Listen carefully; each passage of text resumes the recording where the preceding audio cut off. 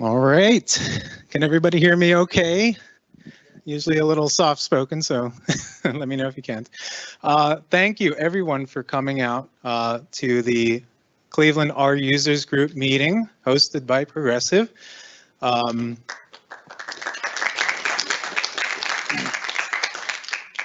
want to start off by thanking our sponsors, our consortium and Posit, as well as Progressive, of course, for sponsoring not only the space, but the catering and other things throughout the year. So thank you again to our sponsors.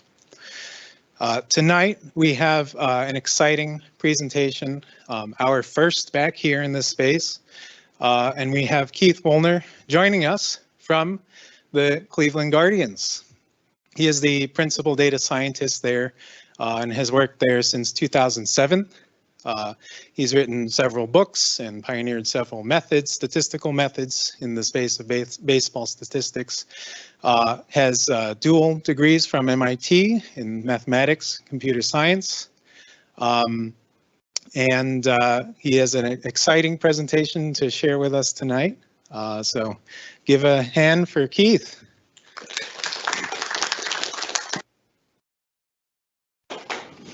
Thank you. Good, mic's on. All right.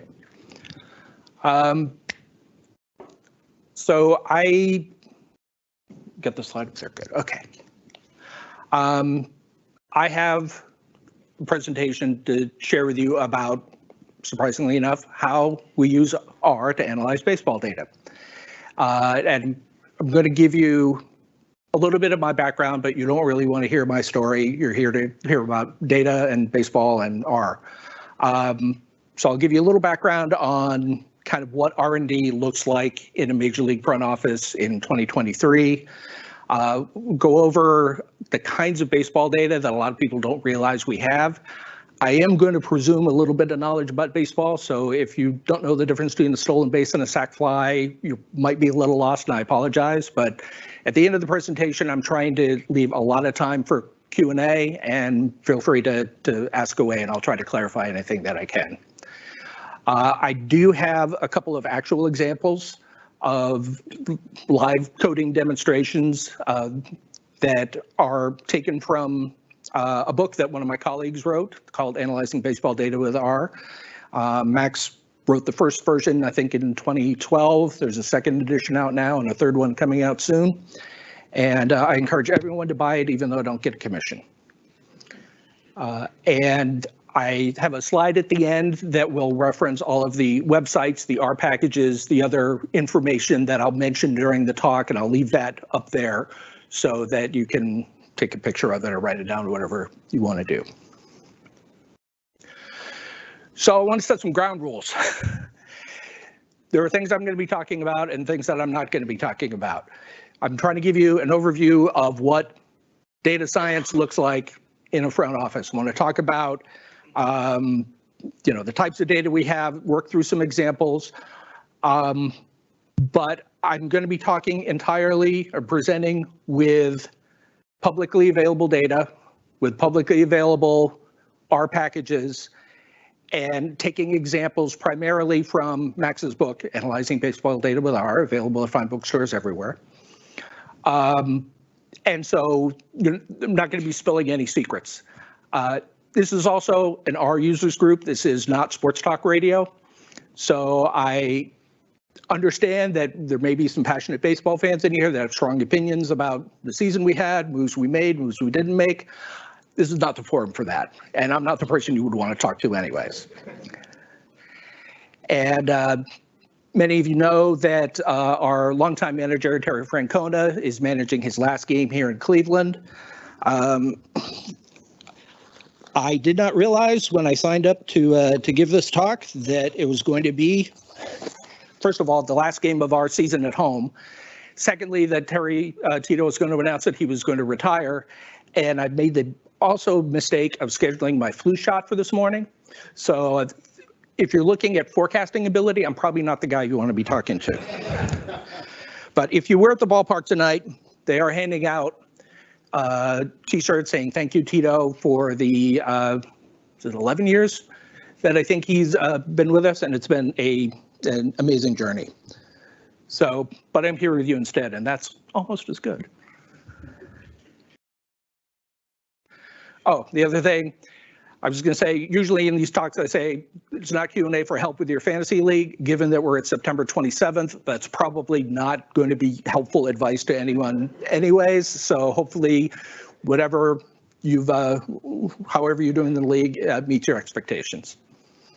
Okay, so a little bit about me. Going to try to make it quick. I was a terrible, terrible Little League baseball player. I went 0 for an entire Little League season. How did I end up working for a baseball team? Well, I grew up early on in New England. Boston Red Sox were a very big, popular team. They had just been to the World Series in 1975, so there's a lot of talk about it. And like all the other little boys in town, we played Little League baseball, we collected baseball cards and everything. So that was kind of the initiation into baseball itself. Turned out I was good at math. I ended up going to MIT for my undergrad and later Stanford for graduate, and gravitated towards the quantitative fields.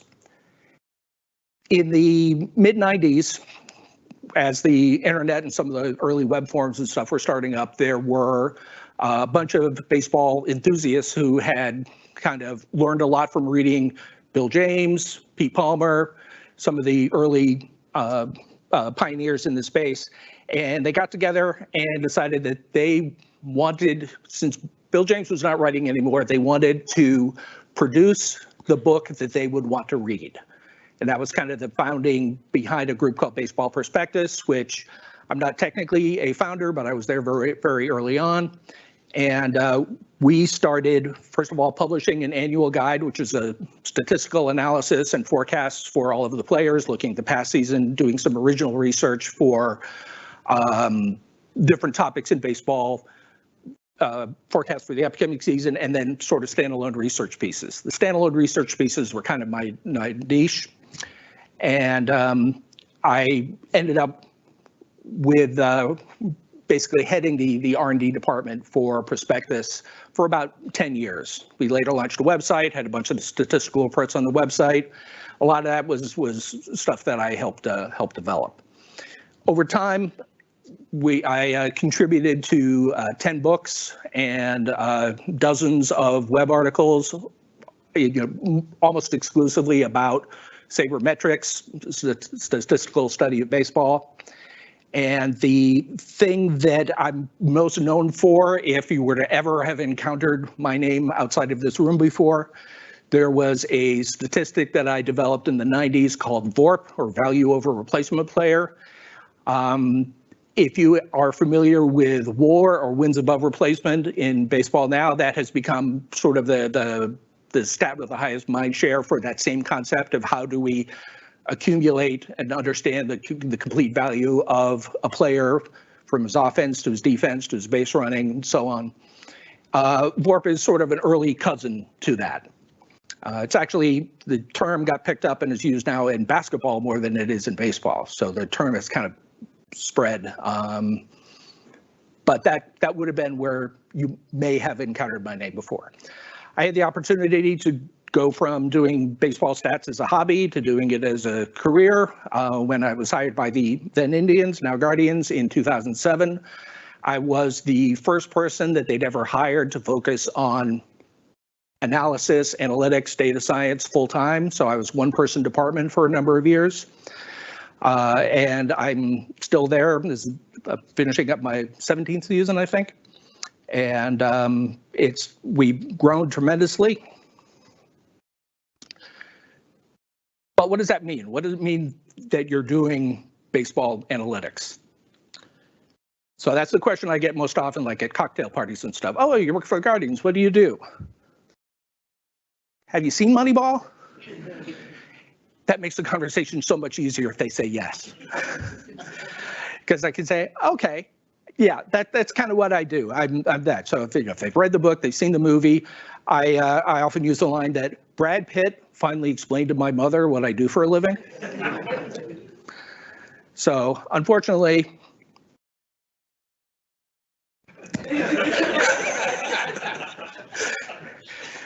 So yeah, when I tell people, yeah, I do Moneyball, but I'm not Brad Pitt, I'm the other guy. So bringing it back to, okay, what is baseball R&D?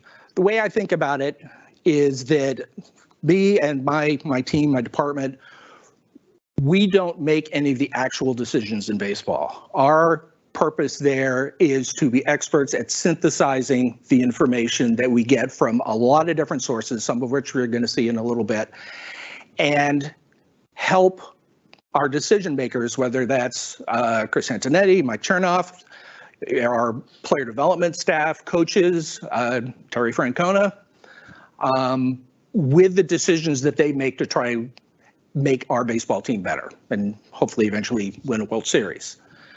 So the way that I've come to think about it is that the department that I'm in is really like a tech startup inside a Major League Baseball team, which is a weird idea. Prior to my getting into baseball, I worked for a number of tech startups in Silicon Valley, so I know a little bit about what that feel is like. And that's really what we're doing. We have, first of all, we've grown. We've got about 12 data scientists now. We have a complete dedicated software engineering, data engineering teams that are dedicated to working on baseball applications, acquisition of new data, cleaning data, rectifying all of the different ID systems that every vendor seems to want to reinvent. And we produce products. But our products, our end users, are people within the company. So it is, how can we take the information we have and present it in a way that makes sense to a ball player? You know, if they've got iPads, or we've got a mobile app or something, you can pull it up and wants to see, well, how did he do against this pitcher the last time he faced him? Or, you know, to a player development staff that, you know, they're looking at a player and he's not, you know, his pitches are not quite working. What can we see in what we understand about their pitches compared to maybe other pitchers that have been more successful with similar repertoires? And can we tweak it? Can we fine tune it? Again, it's the data analysis and it's the presenting the information. It's talking to them and understanding what are the decisions that they're looking to make. What is the information that they feel is going to help them understand it in the best way possible and fits their mental model of how their job works. It doesn't help for me to go to, you know, Tristan McKenzie and say, hey, if you got 20 more RPM on your fastball, you get 0.2 more strikeouts. What are you doing here? Who are you? But I can relate that to our product managers, our internal front office staff that are the liaisons between the geeky data science stuff that I do and the coaches or the ultimate person who wants to say, how am I going to make myself better? How am I going to make my team better? How am I going to put this person in a position to succeed in the major leagues? So our products are the methods of communication of delivering that information, putting it in a way that's convenient, interpretable, updated, trustworthy. What we don't have is marketing and sales. That's a really nice thing, to be able to focus entirely on product and building the best product that you can and not have to worry about how much revenue that product is going to bring in, because you're doing it for an internal user who is working with you at every step of the way and isn't trying to nickel and dime you on price. You know, is going to be very forthcoming with their feedback about what they need, what they want to do. You're literally on the same team.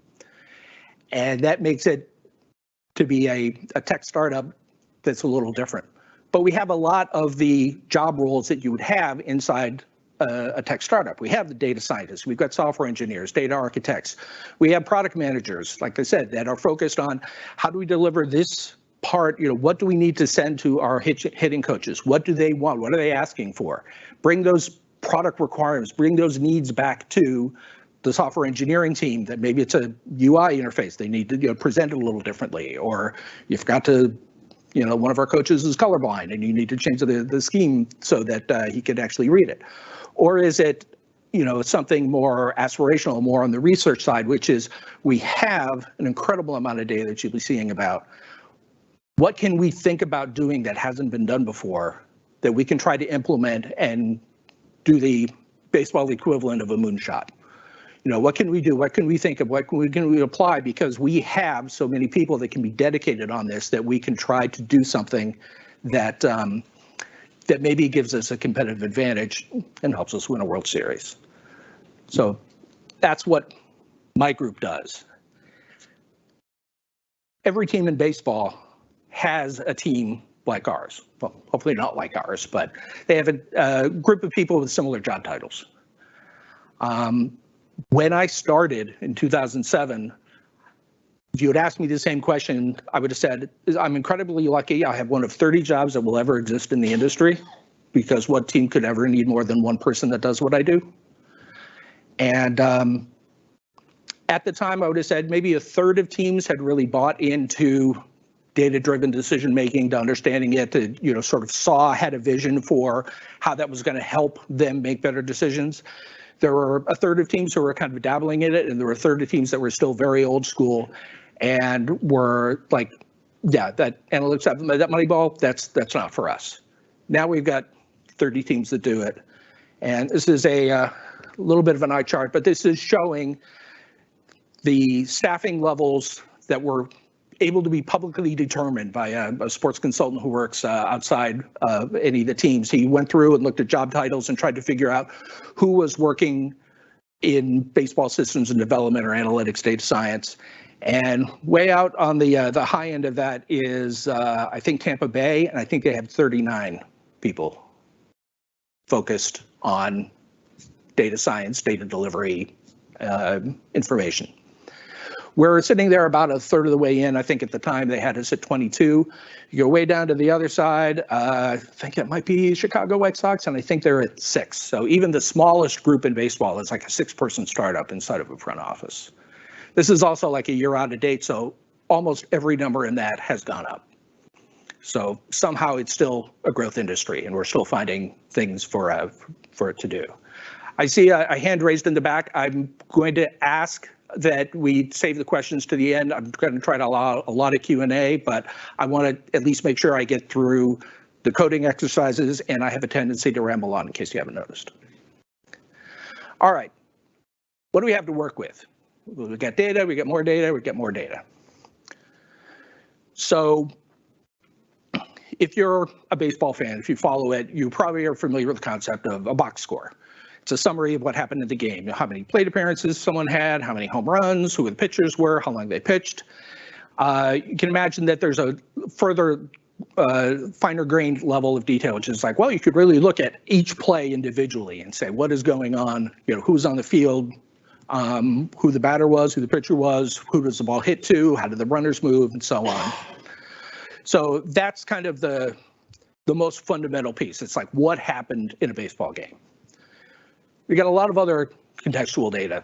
We've got our historical rosters. So we want to know who was playing 10 years ago, 15 years ago, because if we want to project how a player today at age 22 is going to do in 10 years, we'd like to look at the career trajectories of some other players who were similar to him at age 22, and we'll be looking at an example of that a little later.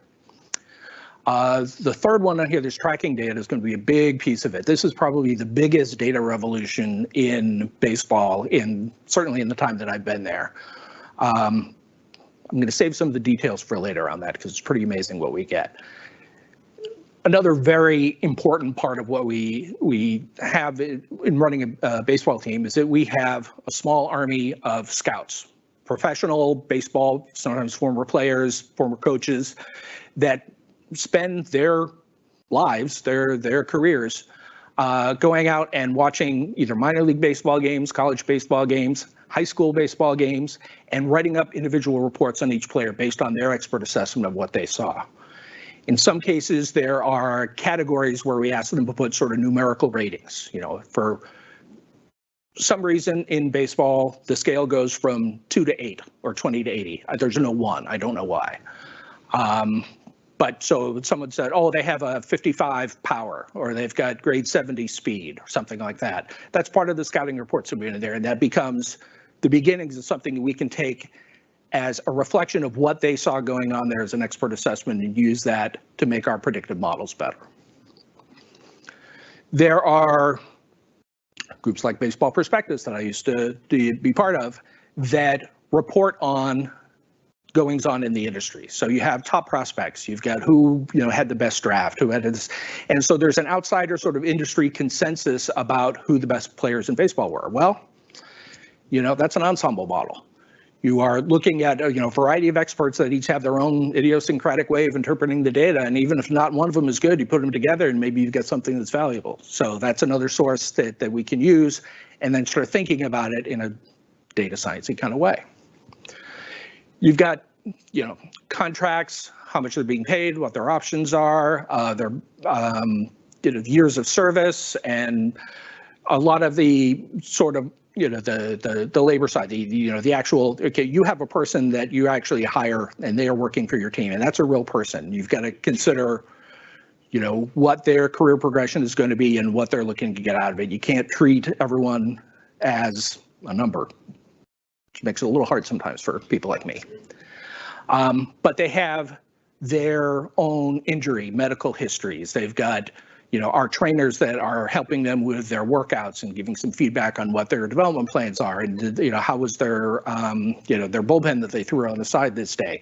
What did they see? Are they, are they having, an issue at home with, their wife is upset with them for being on the road so much? Or, what's going on personally with those players? Can't always build a model based on that, but it's important to have that information so you get a whole view of the person that is the ball player. It's very different playing baseball in August in Cleveland than in Denver in April. The air is denser or less dense, and that has a big effect on the flight of the ball, both on sort of, you can imagine, a home run getting hit a long ways, that the wind's going to knock it down, or it's thinner and it's going to carry more. But it actually also affects the individual pitches, depending on what the wind and the atmosphere, the weather is that day.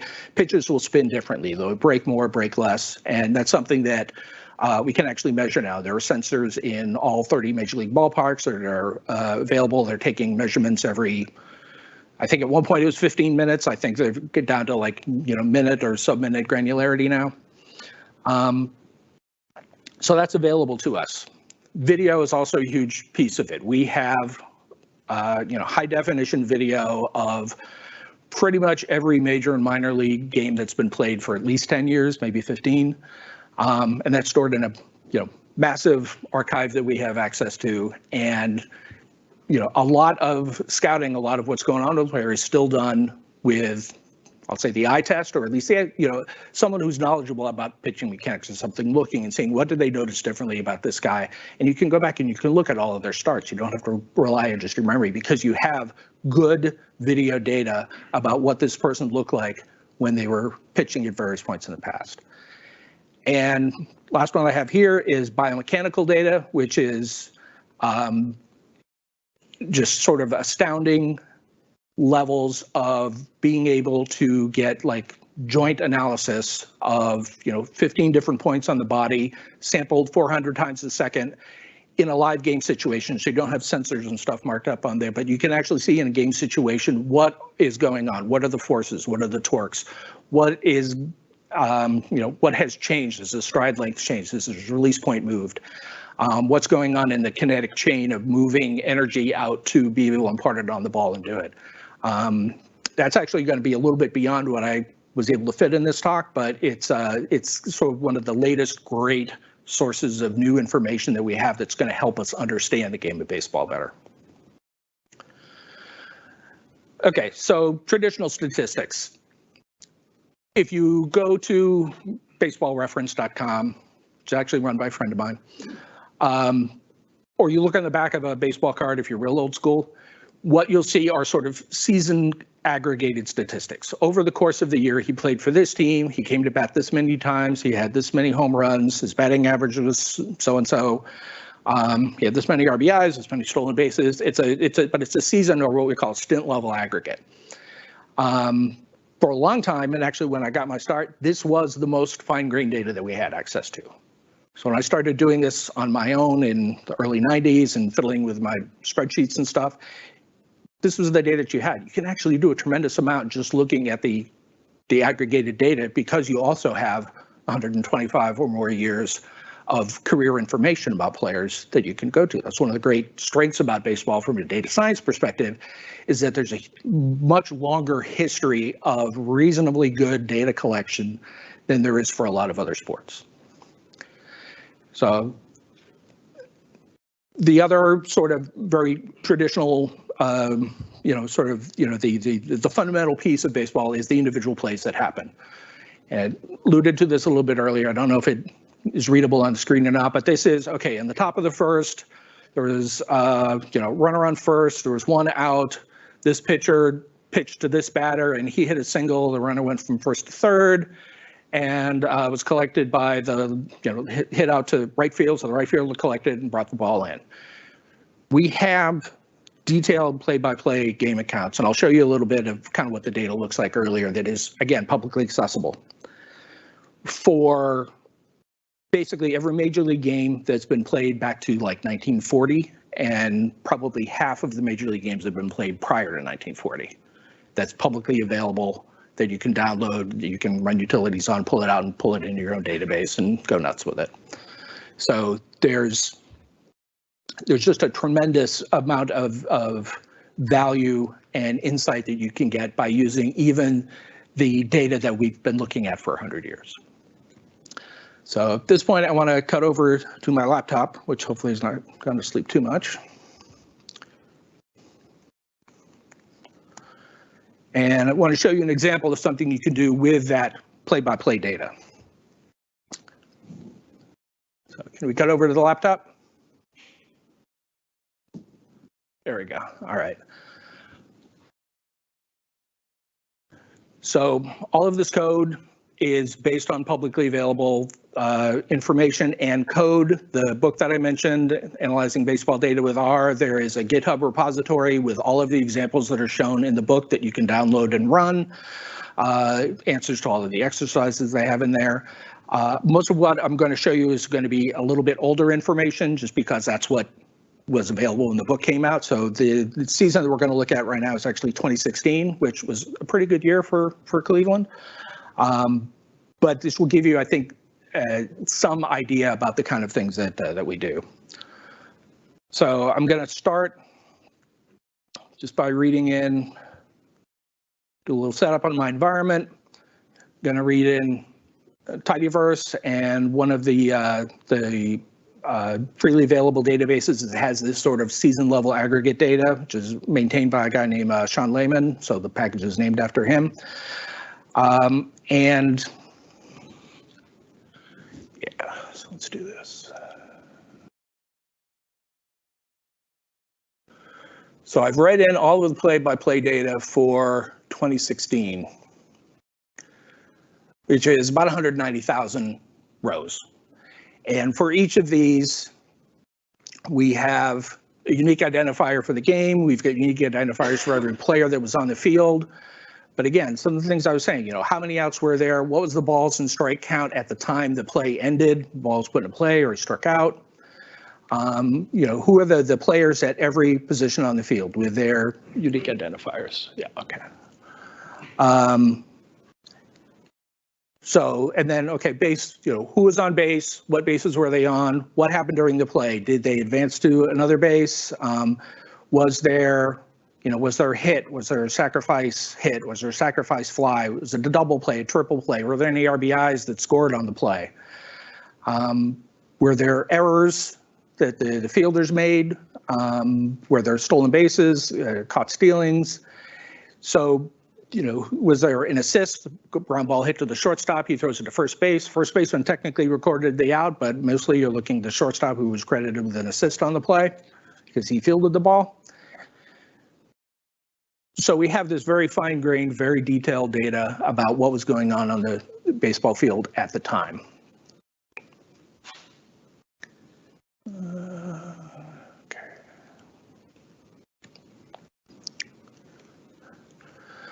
So one of the things that we might be interested about is understanding, well, how many runs should I be expecting to score in this situation?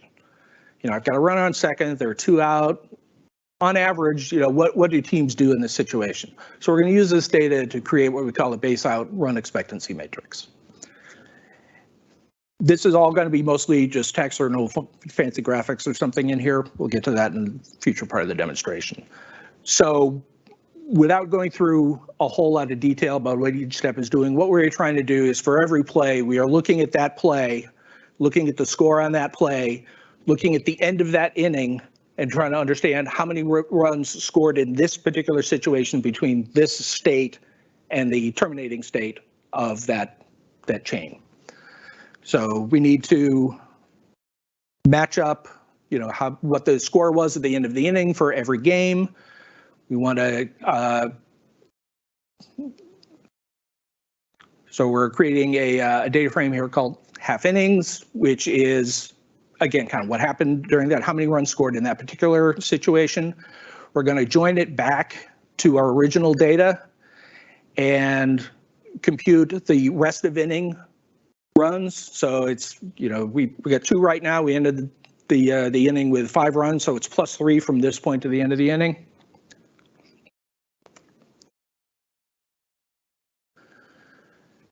A lot more understanding about which runners were on base, what states they were, where they were.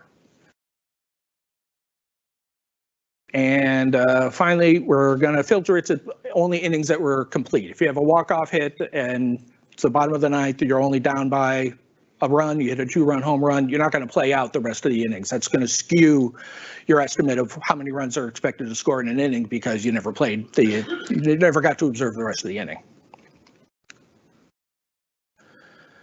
So from that, we have a very wide data frame that has all of this run scoring information. For each of those, we are grouping it by what we call the state, which is what bases were occupied, how many outs were there.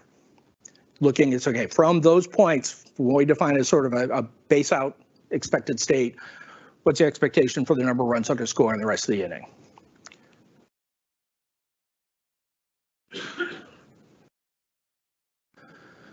So down here at the bottom is possibly,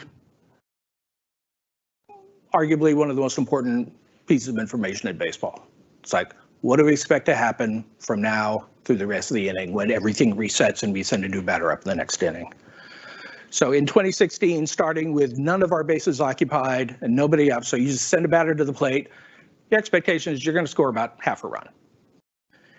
If you manage to load the bases before you get anyone out, you say, okay, well, I still haven't plated anyone, so none of those runs have scored, but I'm going to expect a little over 2 runs to score the rest of the inning, because sometimes some of those guys will get in, sometimes we'll have a big inning. A lot of times, you know, a guy hits into a double play, maybe you only get 1 run, or pitcher steps up and strikes everyone out, so you don't have anything else.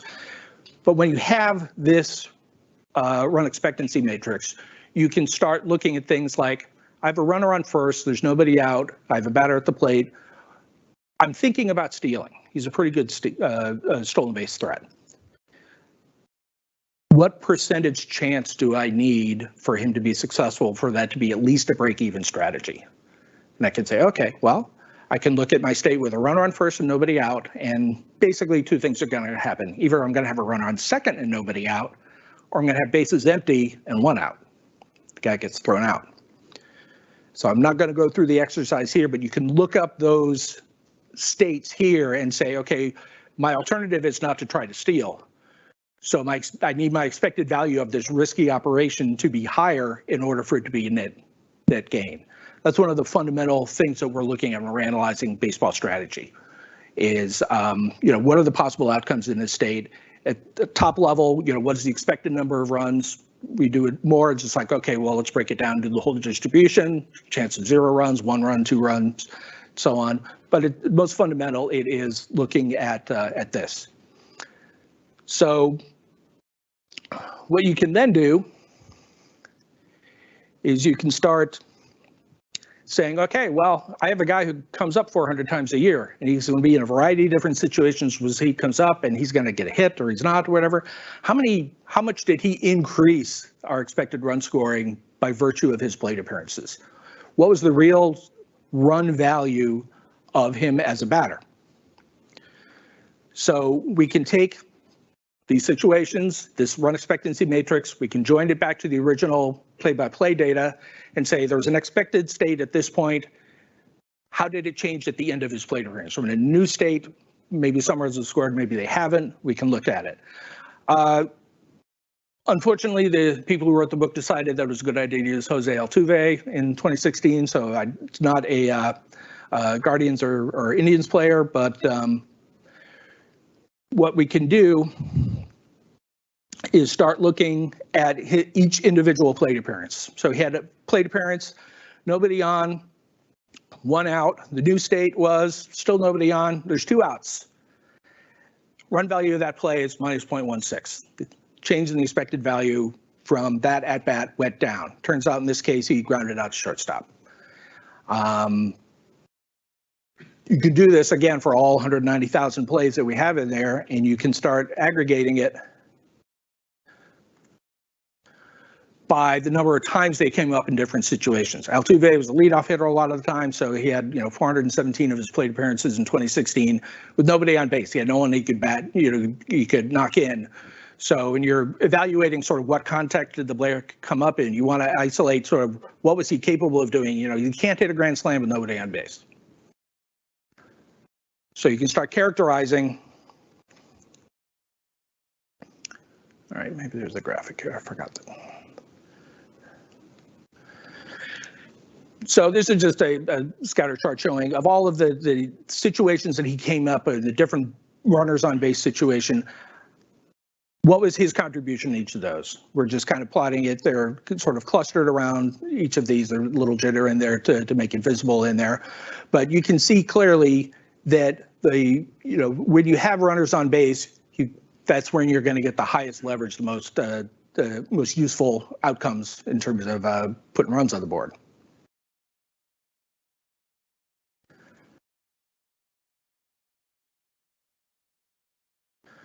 So we take those situations, we start adding up how many runs did he add in each of those situations.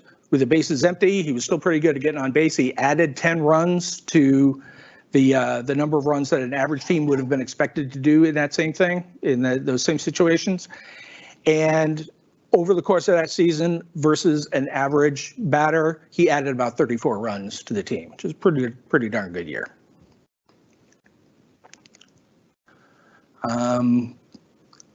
I was going to show more here, but I talked too much, so I want to get to the even better stuff. All right, can we go back to the slides?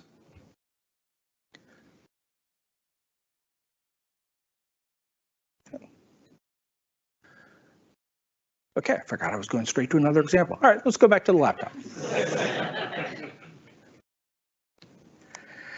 Okay, so now we're going to do something using the seasonal, the aggregated lines, and this we are going to be looking at comparing some different players. So we're going to be looking at one of the all-time baseball greats, Mickey Mantle, late in the 1950s and 60s for the New York Yankees. And we're going to pull out the layman database that has these aggregated stats in there. We're going to identify that in this data set, his ID is MANTLMI01. So all of the data that's in that database is going to key off that. So if there's a second Mickey Mantle, it's going to get a different ID. So we're going to set up some functions we're going to use later. So one of the sort of most common way to sort of summarize how productive a player is on a per plate appearance basis is we use a measure called on-base plus slugging, OPS. It's sort of a more advanced version of batting average, where instead of saying all hits are the same, we're saying that home runs count more than singles do. And walks actually have value because you're not making out, you're creating a base runner, you're putting someone on base. This bothers a lot of people with a mathematical background because it's adding two fractions that have different denominators, and that bugs people, including me when I first saw it. It turns out that even with the different denominators, it's a useful index to understanding how players compare relative to each other. And if you want a more detailed understanding of what the marginal impact was or something like that, there are ways to do that. But on base and slugging are printed in most baseball magazines, newspapers, websites, whatever. So it's a very convenient way to do it that still gets you, 90% of the way to what a more detailed analysis would get you to get. So what we're looking at here is Mickey Mantle's OPS by age. So he came into the league. He was actually still pretty good. The scale here is looking at about 0.8 to about 1.1, 1.2. Major league average is typically between 0.7 and 0.75. So as soon as he came into the league, he was already above average player, but he got a whole lot better. At 25, I think it was the year that he won the Triple Crown, and the MVP is one of the best seasons anyone's ever had. So we can plot this as a scatter plot. But we may be interested in saying, okay, well, how can we describe how his talent changed over time? We may want to compare him to what did other players do? How much did they change when they came into the league versus when they hit their peak? And what age did they hit that peak? And how much can we actually expect a player to improve? Pretty important when you're trying to make decisions about, the minor league prospect you want to trade for, and what's his age, and what kind of projection do we have on him, or multi-year contract for a player where you're saying, okay, I want to understand not only how good is this player today, but how good is he likely to be in 5 years, and how does that affect what we think we're willing to offer for a contract. So we're going to fit a simple linear model, quadratic term, just using sort of 30 as an anchor point, because a lot of players, they don't come into the league at 0, but they're coming in and they're somewhere in their 20s. So we'll use 30 as a reference point. So we're going to describe this plot by fitting a quadratic curve to Mickey Mantle's personal production. So we can say, oh, it's great. We have a nice sort of quadratic curve, seems to fit pretty well. It's almost as if this example was selected to point out this point.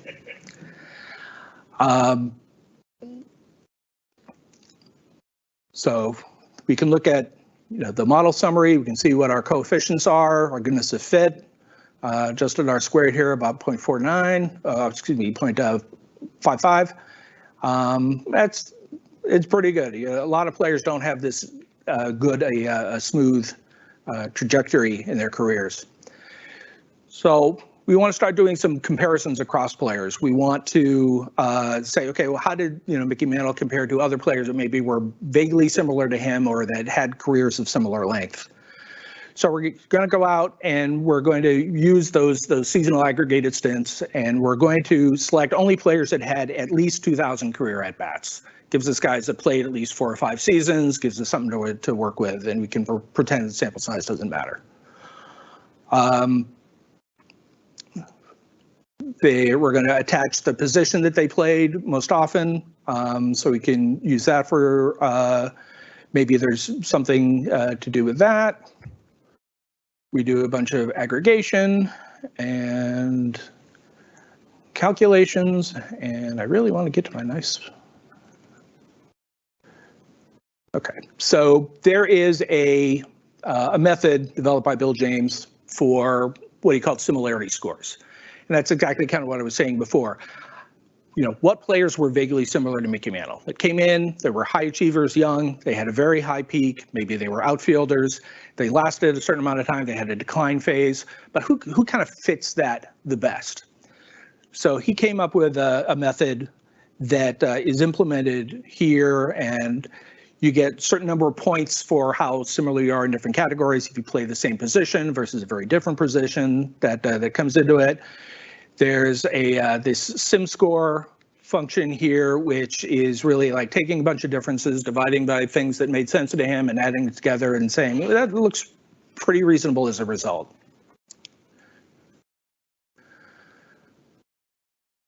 So what we can see here is we looked at, okay, well, who were the 5 players that by this method we think, were similar to Mickey Mantle?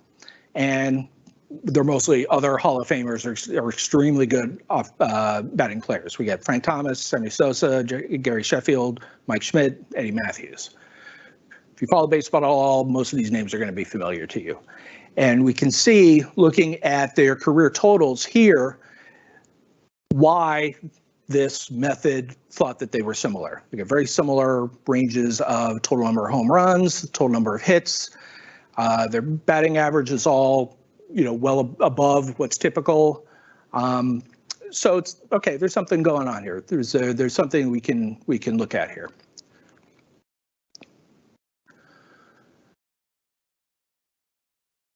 So suppose we start saying, okay, well, we want to look at what we want to look at them by age. We want to take those similar players and say, okay, well, what do their career trajectories actually look like for being similar?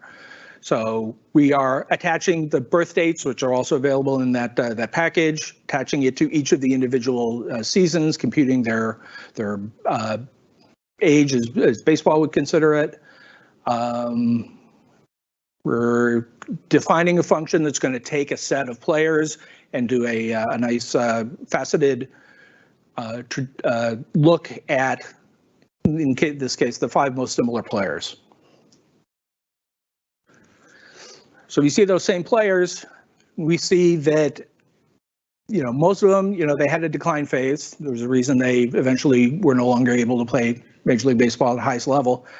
But it's the way that their careers progressed was different. Frank Thomas is sort of much flatter, sort of had a very steady peak and then a gradual decline phase. Mickey Mantle had a very high peak and then fell off pretty quickly. And as you can see here, he actually retired at age 36, and some of these other players played longer. So we can see that on here too.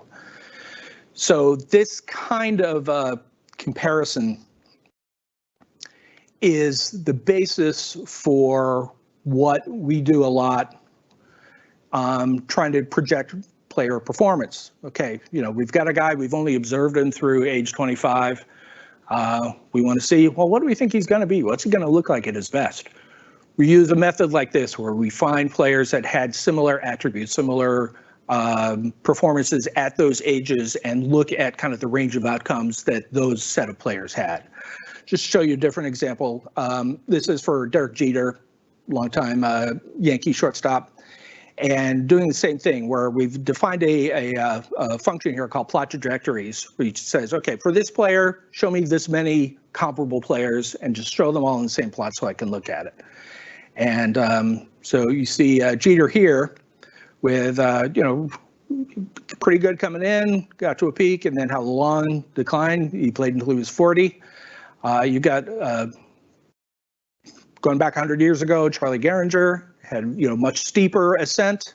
Julio Franco, who played until he was like 120 years old or something, was very steady throughout his career. Even though in aggregate, you look at the course of his career and what he did, it ends up, similar to Jeter at an aggregate level. The shape of that is very different. That's the basis. That's an example of the kinds of things that we're doing to better understand what are the players that we have or the players that we're thinking about acquiring. What do we expect them to do? What are the attributes that we can look at and find out? We use a whole lot more data than it's represented in these publicly available models, but the concept is very similar, where we're interested in projecting players or understanding and looking at shapes of trajectories and learning what we can from players that have come through and have gone through that aging process that might be similar. Okay, now I think we can go back to the slides.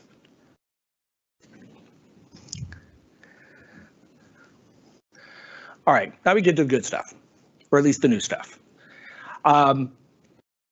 Starting in 2007, 2008, there was a real there was a recognition that we could do a lot more tracking of very fine-grained detail on the field. In particular, the first thing that was put together was have a set of high-definition cameras, radar systems on the field focused on the distance between the pitching mound and home plate, and capturing it at high enough resolution where you could actually track the trajectory of the ball in flight.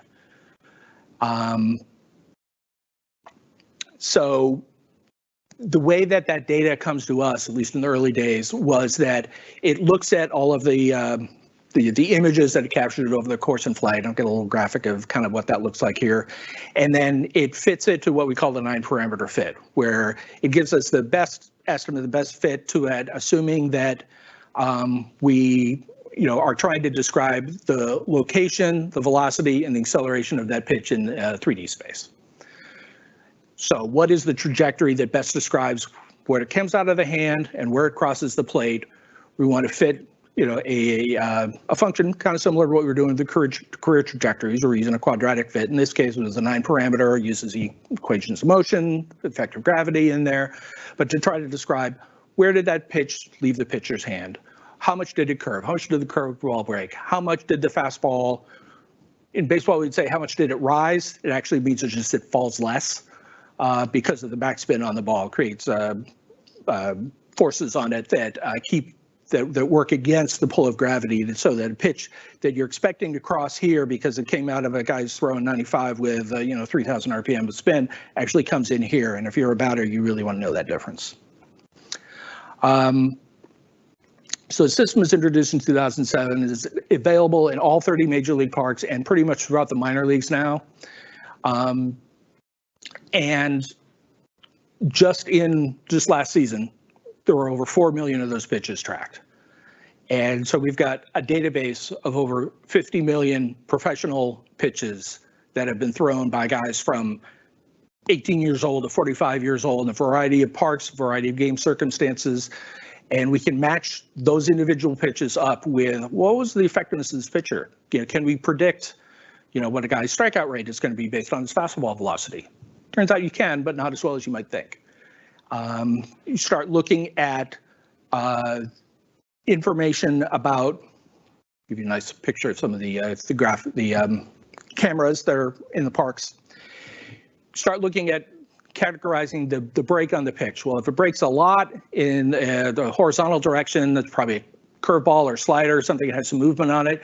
You can start doing classification. So you start looking at this is the range of pitches that a pitcher throws. You start wanting to labeling. Oh, well, that movement profile looks like his fastball. This one looks like his curveball. This one looks like a slider. Okay, we start doing classification. We can do all that based on this tracking data. We can start saying, okay, who has a similar repertoire? This is the 3 pitches this guy throws. Which major league pitcher has the most similar repertoire to that? And we think that that is indicative of what this pitcher can be.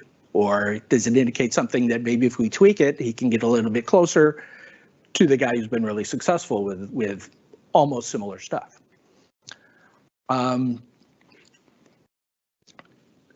This is kind of like the raw data where you get an idea that we've got the video zooming in on this part of the plate. It is taking frames every so many milliseconds and trying to identify. In this case, this is actually a later generation, the very early one, is that where it's actually doing skeletal analysis, trying to identify the joints of the pitcher's knee, the pitcher's ankle, elbow, shoulder, and so on, so that we understand. We can better identify what was the moment that the ball came out of the pitcher's hand, because some pitchers, in their stride towards home plate, they may only stride 5 feet. Some other guys might be 6.5 feet. That means that the batter has 1.5 feet less of distance to pick up on the spin, the velocity, the trajectory of that ball, and can make that ball seem like it's coming in a whole lot faster than it would be if you just put a radar gun on it. So we can track where it comes out of the hand. We could follow that ball in flight. We get a good description of what the path of that flight is with the 9-parameter fit. We know where the pitch crossed the plate. We know the height of that batter. We can do a good estimate of what is his strike zone, which is actually harder to do than you might think, because it depends on what the batter's stance is. So if you're real upright, you have a different strike zone than a guy who's the same size that gets like this. but we have much more detailed information about what's going on during that pitch in flight. And you may have seen this in some cases on some of the graphics. They're starting to do almost real-time overlays of pitches, of batted balls, I think during a live game, where you would actually be able to understand, okay, this pitch came across here, and slide after this, or the image after this, you would watch it pivot. You can see exactly where it's crossed the strike zone from the batter's point of view. You can rotate it in 3D space and get a perspective from anywhere that you want along there. That's, again, all coming from this data because we're tracking the path of a ball as it's being thrown.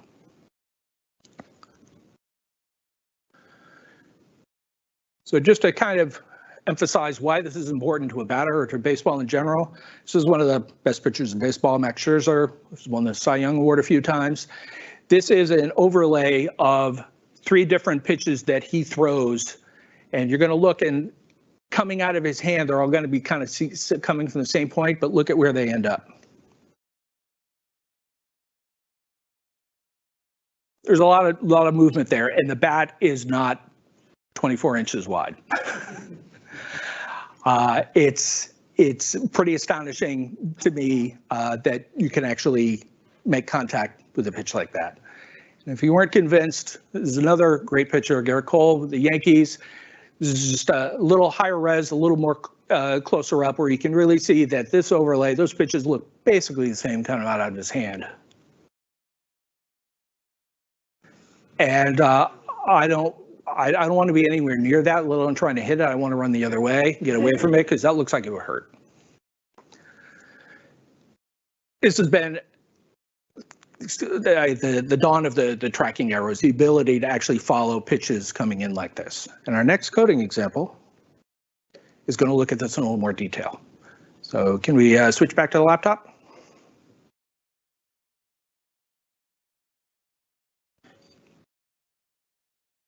I know I'm talking a lot, I'm sorry. Okay, so I'm going to continue with the packages that you see later, the Baseball R package. You can actually query Major League Baseball's servers and pull down all of that information that I was showing you about the individual pitches, where they crossed the plate, what their speed was, all of that. It takes a while to pull all that down for a full season, so I have one prepared here already, like you would on a cooking show. So we're going to read in the information that you can freely download, looking at these pitches. And this is all pitches from 2022. They tried to update it, be a little more recent, 2016. But we get a little over 700,000 pitches, basically representing every pitch that was thrown in the major leagues last year in the regular season game. You've got classification for the type of pitch. You know what the speed was coming out of the hand. You know what the release position was. If a guy's a sidearm, he's going to have a different release point coming out over here than if it's overhand. You know who the batter, the pitcher, what the result of the pitch was.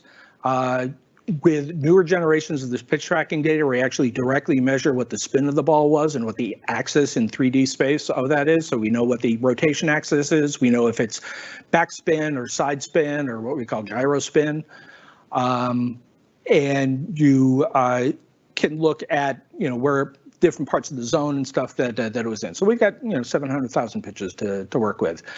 What we're going to do is investigate the catcher. So even though this is all pitches and stuff, we're going to look at catchers, because one of the things that you hear about good catchers is that they're good at making a pitch that was out of the strike zone look like it's in the strike zone. And it's very subtle in their workmanship. They catch a pitch. If you catch it out here like this, and you just keep your glove out there, the umpire's going to think, well, that was definitely outside. But if you catch it and just kind of bring it in a little bit, sometimes you can fool them. Or at least that was the theory. So we're going to look at a model using this to try to understand kind of what that was. First, in order to do that, we need to understand what the strike zone looks like.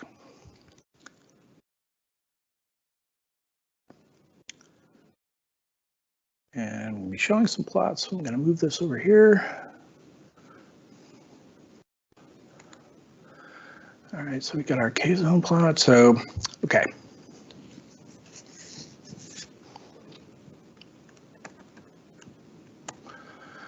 So we're going to use ggplot to render some nice graphics. There's a lot of built-in support for plotting baseball data in the baseball R package, so we're going to leverage a lot of that.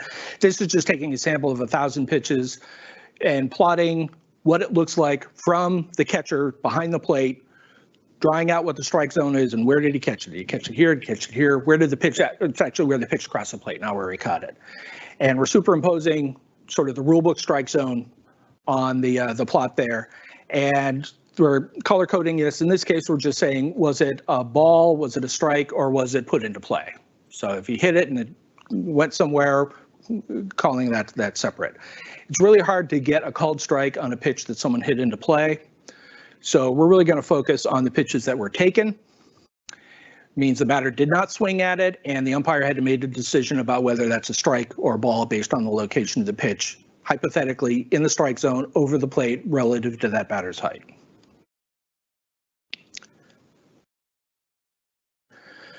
So the model that I have built ahead of time is a generalized additive model using the R package and GCV, which is one of my favorite packages.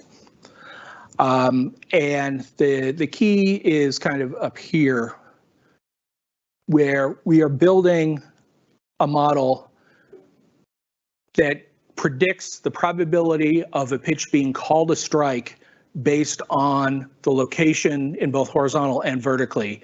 And in this case, the generalized additive model we're not doing is a linear term or an interaction term between it. They're actually using splines to let the data inform sort of the best way to form that shape, because as we're going to see, the way strikes are actually called don't correspond to a nice rectangle like that.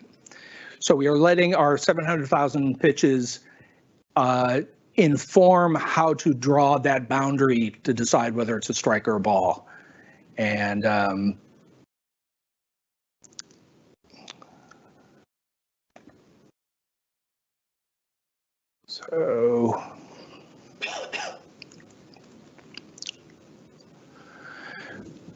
so we've taken all the pitches, removed all the ones that hit into play. We built this model. We're going to predict on that model, and we're going to look at a gradient of what is the probability of that pitch being called a strike relative to the actual location that the pitch tracking had in here. So we're going to take those 700,000 pitches. We're going to predict the response on that model. We're going to append it to the original data frame so that we can use that as one of the variables for the plots. And I did note to myself this takes about 15 seconds, so I need to talk some more.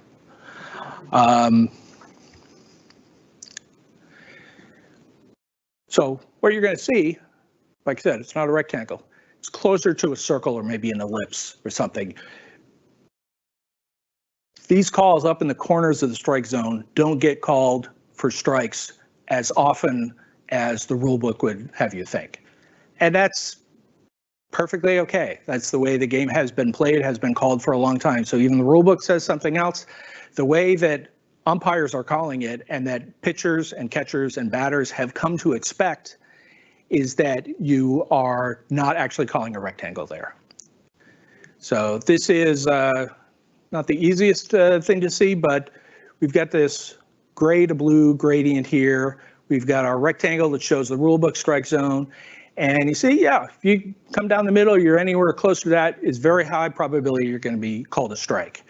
You start getting out to these corners, it's a little less likely. And then once you get to a region far outside the strike zone, even the worst umpire is going to recognize that's not a strike.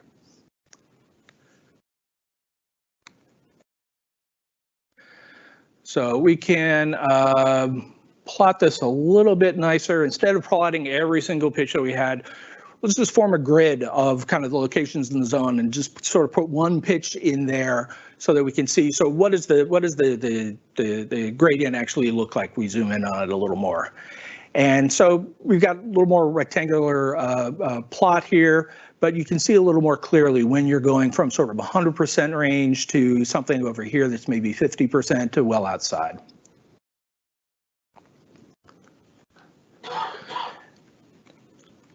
Interesting thing is that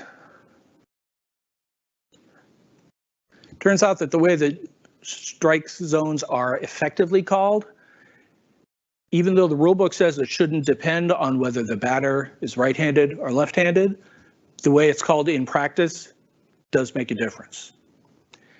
And so we can use the same approach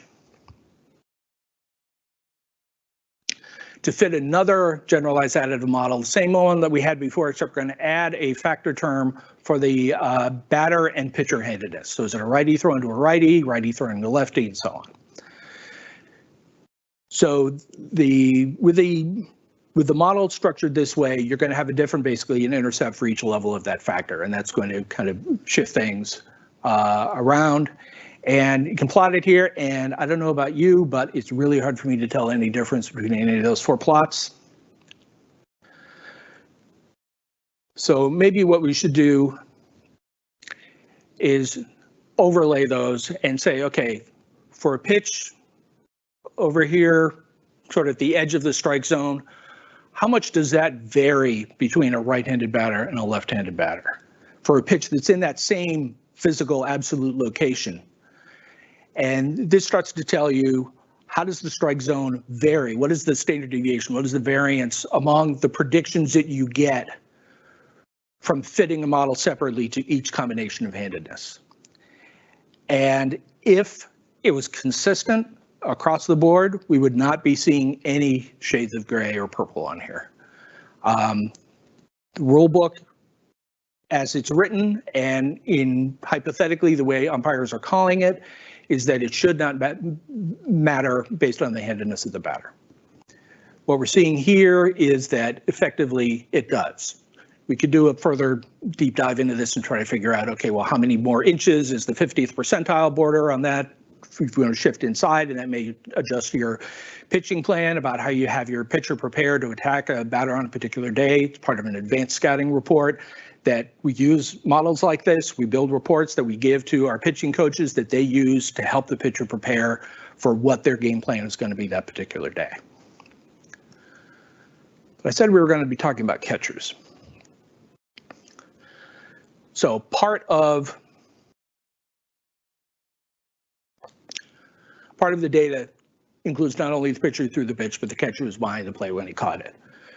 So what I've done here,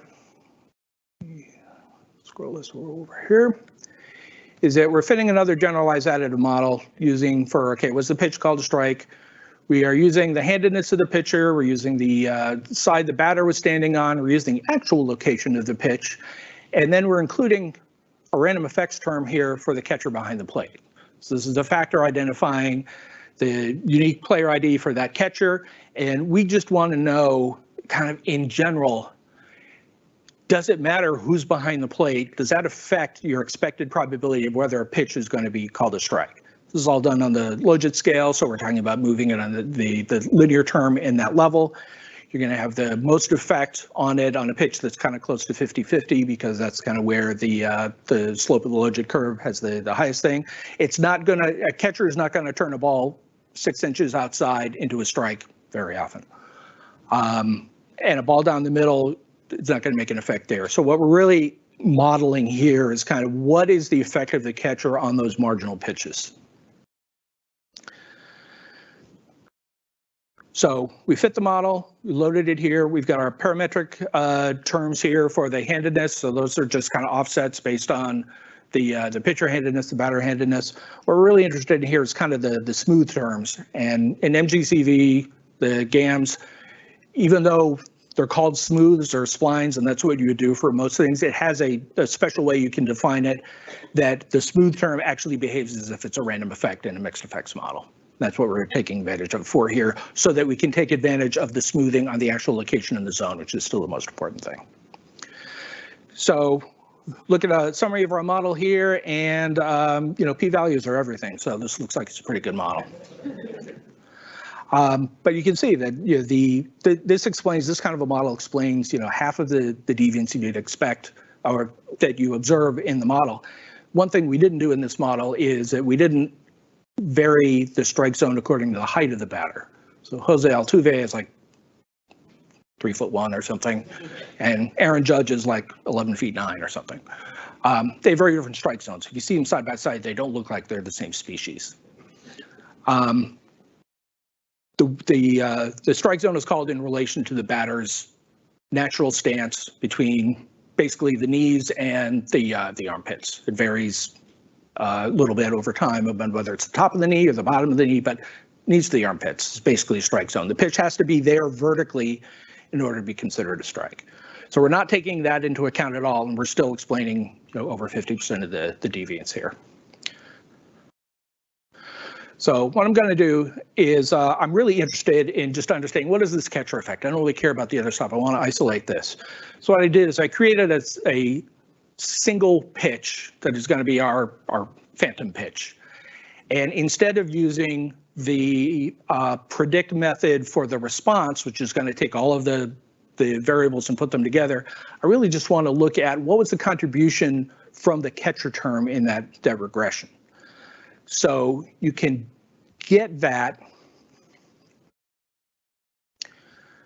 when you predict on our framing model. If you use the type equals terms, that gives you a matrix that shows all of the individual terms that were in that model, what their contribution was. You basically add up across the row, apply your link function, and you get what the prediction is. This is a way to break it down a little more granularly. And that's why I'm only doing one pitch. I don't care about any pitches. I really want to see if I put every catcher in baseball behind the plate in that situation, what does this model think the effect is going to be? So I'm going to predict off there. I'm going to match it up to our player ID so we can get some names, and we're going to look at who the top framers in baseball are. So this is just looking at the random effect value for the catcher. This is not translated to a percentage or a strike or a number of runs or anything. This is just the random effect value that comes out there, but it gives you a good idea of kind of what the rank ordering is across catchers. So this is all based on 2022. So these catchers here, looking at their framing rating here, this is the random effect value that came out of it. You get a catcher ID, which is just their unique ID in one of the data sets that's in here, but it's matched up to their name. So Alejandro Kirk was, according to this model, the best at stealing strikes, taking a pitch that was marginal and making the umpire think that it was a strike. That's a very valuable skill to have. So we've got a couple of the players that have been on the Guardians. We have Austin Hedges, who is one of our catchers the past couple of years, left in free agency. We had Mike Zunino, who was a catcher we'd signed in the offseason. Didn't hit quite the way we expected, didn't work out.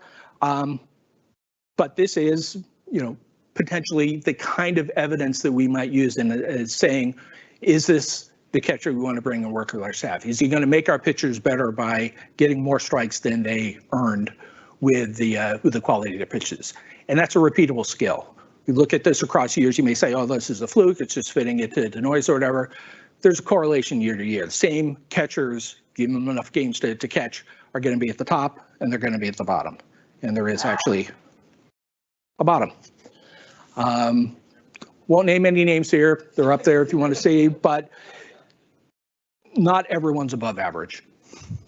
It has to be someone that's below average, and this is a way of kind of sorting out. You take these ratings, you can start applying it to how many pitches did a catcher catch over the course of the season, how many of those are taken, what's the distribution of the expected strike probability separate from this effect.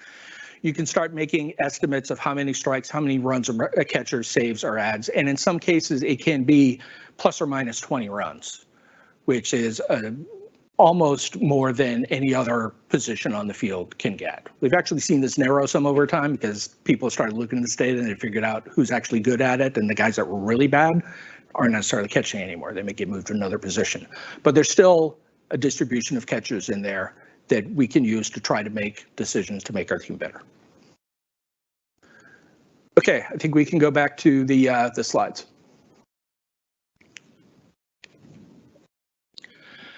All right, that's the last of the coding demonstrations. So I just want to give you a little taste of some other data that we have that kind of make life interesting.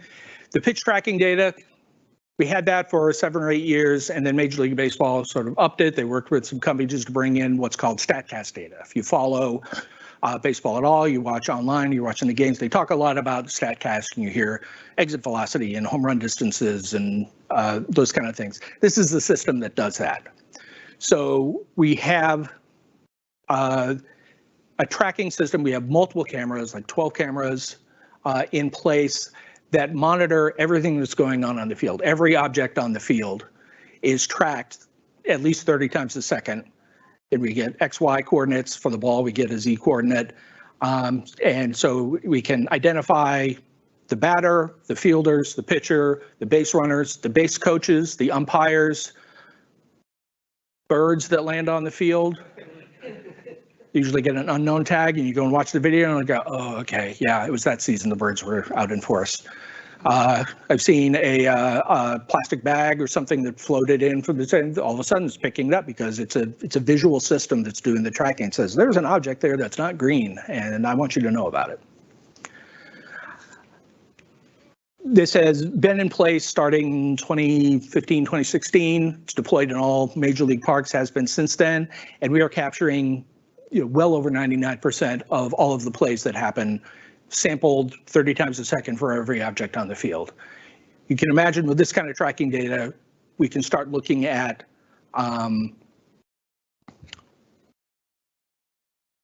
give you a nice graphic to show a little bit about what the field setup looks like.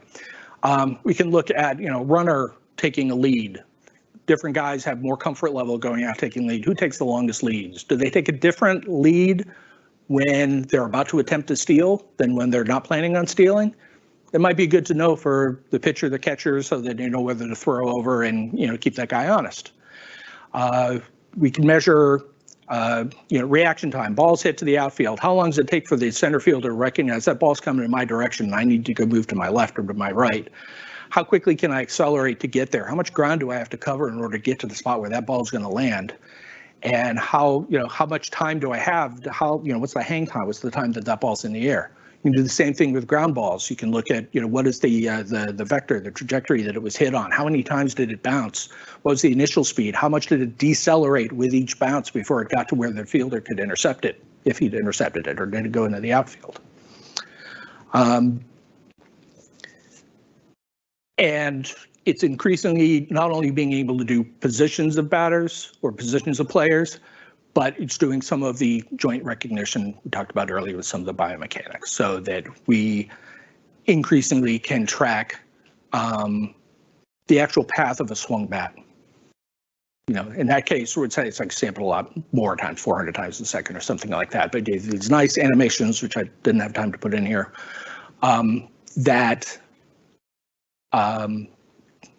that show you in 3D space the actual path of that bat. And you can look at, was he attacking the ball at a proper angle? Was it matching up to where the ball was coming in? Did he get on top of it? Was there something mechanically that would help him transfer more of his swing energy into the bat? And hopefully that makes your players better, helps you win ball games, helps you win a World Series, hopefully. I was going to show a couple of videos, but I'm way over time, and I very much apologize for that. Told you a little bit about this slide already, what we can track with StatCast. It's basically everything we're doing in the pitching, everything we're doing on exit velocity, launch angles coming off the bat. We can measure fielders on the field, what their reaction time is. We can do base running, the lead distances, reaction time. Pretty much, I won't say everything's happening on the field, but a whole lot more than we could do when I started this job 17 years ago. So what's next? I actually kind of spoiled this already with some of the biomechanics data, where we can, in real time, without being in a lab setting, we can track pitcher mechanics hundreds of times per second and understand what are the forces you're putting on your elbow. How much of, how efficient are you at, when you're driving and trying to impart velocity to the ball? How much spin are you getting? What is your injury risk? Are you putting more torque on your joints than other pitchers with similar mechanics? And that doesn't make you higher injury risk. That's still the biggest thing that we could still improve upon, is keeping our players healthier. And that would benefit not only us by having the guys that we expected to have on the field, but it helps them in their careers, helps them to be successful. They want to be out there playing. They don't like being injured. We don't like them being injured, and we're trying to see if we can help them do that. So we are working with our trainers, our medical staff, not as medical experts, not as training experts, but as data interpretation and analysis experts, being able to take all of this in here and having a data engineering pipeline where we can take this massive amounts of data. You saw 7 terabytes was mentioned on one of the slides. That's a well and underestimate now with some of the data sources we're getting. Help them turn that into useful information so we can make better decisions, put a better ball club on the field, and hopefully bring the World Series to Cleveland. So wrapping up, this is the book that I've been hawking multiple times during this conversation, Analyzing Baseball Data with R. If you Google Analyzing Baseball Data with R, you will find this book. I actually have some copies that the publisher sent me to give out as freebies today. I think I have 4 copies. I don't know how we're going to decide who gets them, but we'll figure something out. Maybe who asks like a really good question or something. The blog and the website, those are all easily available. These are a lot of websites relating to data in baseball. It's the sites where you can download the season level data. The R packages allow you to access the play-by-play data. The retro sheet, which is a fantastic nonprofit that's trying to put together all of those play-by-play accounts for every major league game played back to 1871. That's the one that where you can just go there and freely download almost 100 years of complete play-by-play data and practice your R, practice your data science skills. If you're interested in it, you're more likely to spend time doing it, and maybe you'll find something out interesting. There are a couple of other sites out there that are either websites or blogs. There are a couple of online courses that are self-paced that you can do that give you more of an introduction to some of the theory behind the stuff that we're hitting on today. I'm sorry, I'm way over the time that they allotted to me. Hopefully they won't kick us out too fast, but I do, if there's time, take any questions that I'm able to, and hopefully you got something out of it. Yeah. It sounds like a lot of what you described would lend itself towards something like a k-nearest neighbors model or any flavor of clustering models, but it seems like that what you were actually doing was something else with that kind of situation. So I guess the question is, like, what drives the type of analysis, the decision to utilize your data with any given type of analysis? It depends on the application. Like if you're doing a pitch classification where you're trying to say, was that a fastball, was that a curveball? That's very much a classification process, and we might use a KNN or another similar clustering algorithm.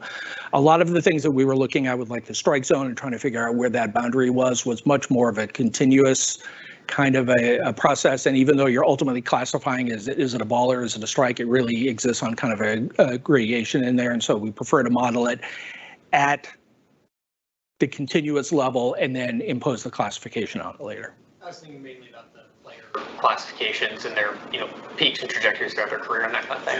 Yeah, that was an example that was mostly showing the ability to characterize a player and fit something to an individual player. What we would do, practically speaking, is that we have a much more generalized model that uses a lot of different inputs, simultaneously compares a lot of players, and looks at our range of outcomes, what we could expect from there. So it's still kind of ultimately a continuous outcome prediction process because we're looking at percentiles of outcomes and how likely they are to reach certain thresholds and so on. But to try to get the point across in the time that I had here, I was going with, let's do a simple example showing how career trajectories can vary across players that are similar. Yeah. So 2-part question. Number 1, does the league ensuring kind of equity and availability of data and technology to collect data? Yeah, the organization actually distributes the play-by-play, the baseball R. The other things I'm saying here is called Major League Baseball Advanced Media, or BAM, MLBAM. And they are jointly owned by all of the 30 teams, and they make that platform, that data platform, available to every club. They have equal access to it and so on.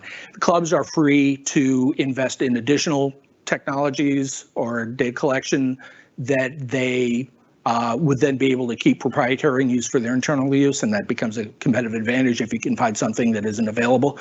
But for the things that are sort of, they have to be installed in every stadium, we're collecting it in a standardized way, that is all made available across teams, and it's up to them what they do with that. And you saw the size of the R&D departments. Just one more. Yep. How do you account for rule changes like pitch clock?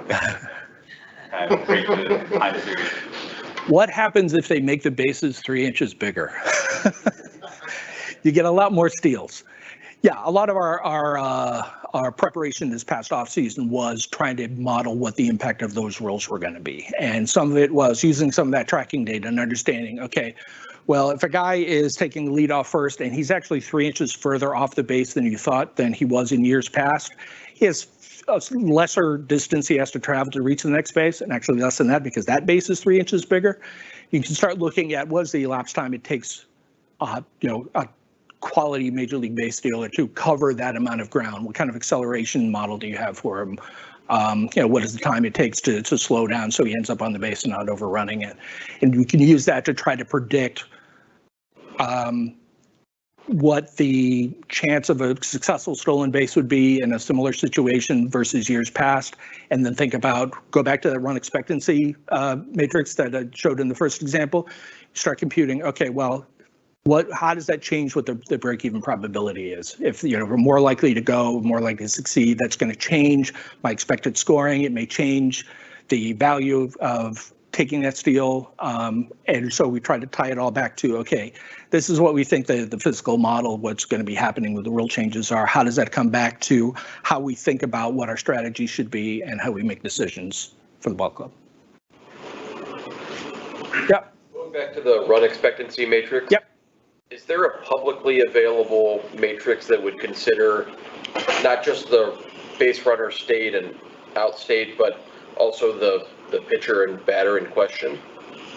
I'm not aware of any publicly available data that does that. Certainly one of the things that didn't take into account is that if you have Jose Ramirez standing at the plate, you have a very different, practically speaking, expected number of runs you get than if you put me in the batter's box.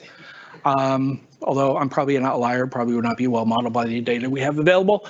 But yeah, that's kind of the obvious thing. So the basic place you start is what is the league overall average, and that varies. When we were in the late 90s, when we had a lot of power, a lot of smaller ballparks, versus now when strikeouts are up so much or whatever, the overall level of run scoring changes, and it changes the values in that matrix, and you have to be aware of that as a first step towards doing something more detailed, like what you're saying.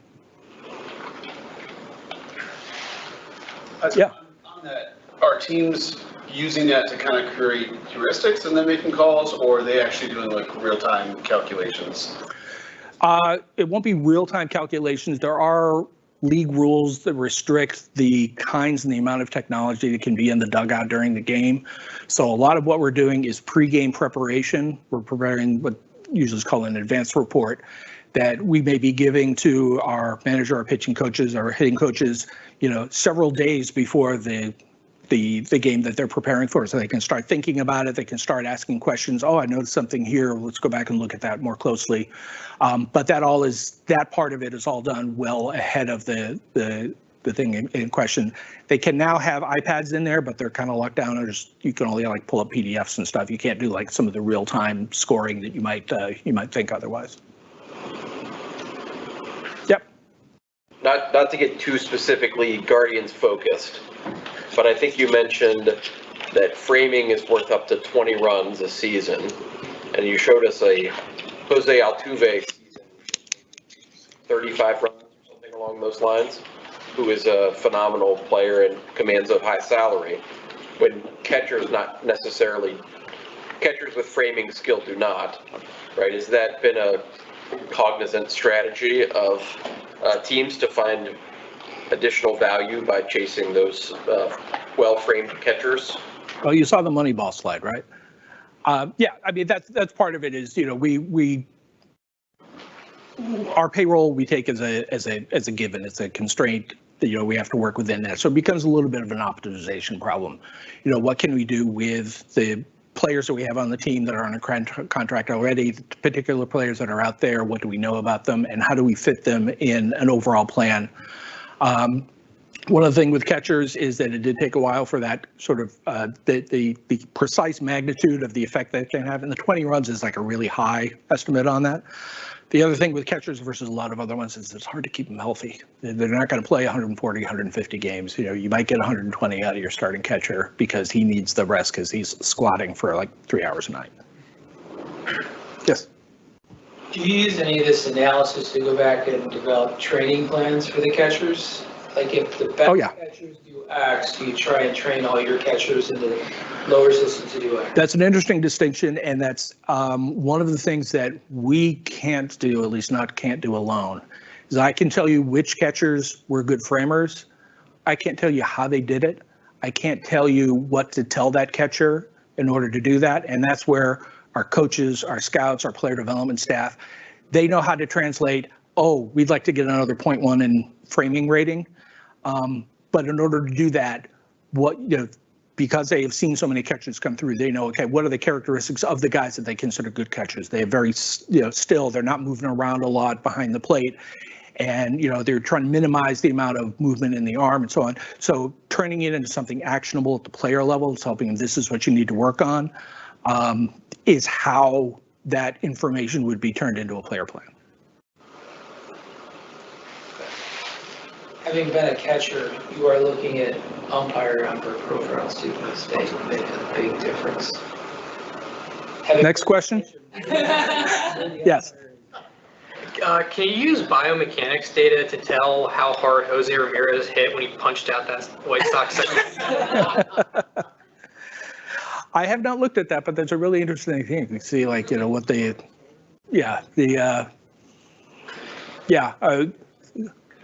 sample size is low on that, but we probably do some force estimations and figure out what the G forces he imparted on his opponent was. So going back to sort of the umpire variation. Yep. With the amount of tracking data that baseball has, you don't even really need umpires.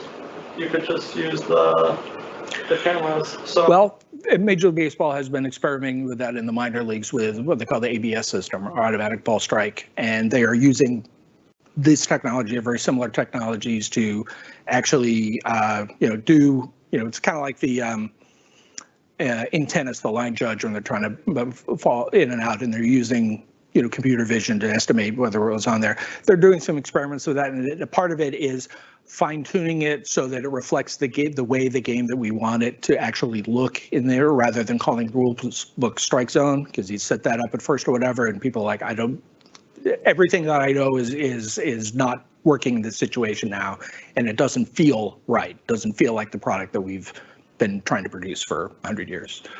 So yeah, I don't know, and even if I knew, I couldn't tell you whether that's ever going to make it to the major league level, but there are minor leagues that are doing with it. In some leagues, they're doing it certain days of the week, they're using the automatic system. Certain other days are using the traditional umpires calling it completely on their own. And we can start seeing, okay, well, what's the contrast? What do the games look like? Is it more scoring? Is it less scoring? Do they take longer? They're experimenting different rule changes about, does it matter challenge versus just have it automatic? So yeah, they're definitely taking that into a vision of the future. All right, one or two more questions. Okay, in the back. The question I was going to ask earlier when you showed the graph of Tampa Bay having the most analysts and the White Sox having the fewest, does that correlate to winning? I can see a lot of reasons it would not, because maybe the team that has the most money hires the most analysts, and so Tampa Bay is not spending the most money on players, but they do pretty well. But the Dodgers were high on that slide also, but they have both money and a lot of analysts. So if you have both, you can do quite a bit.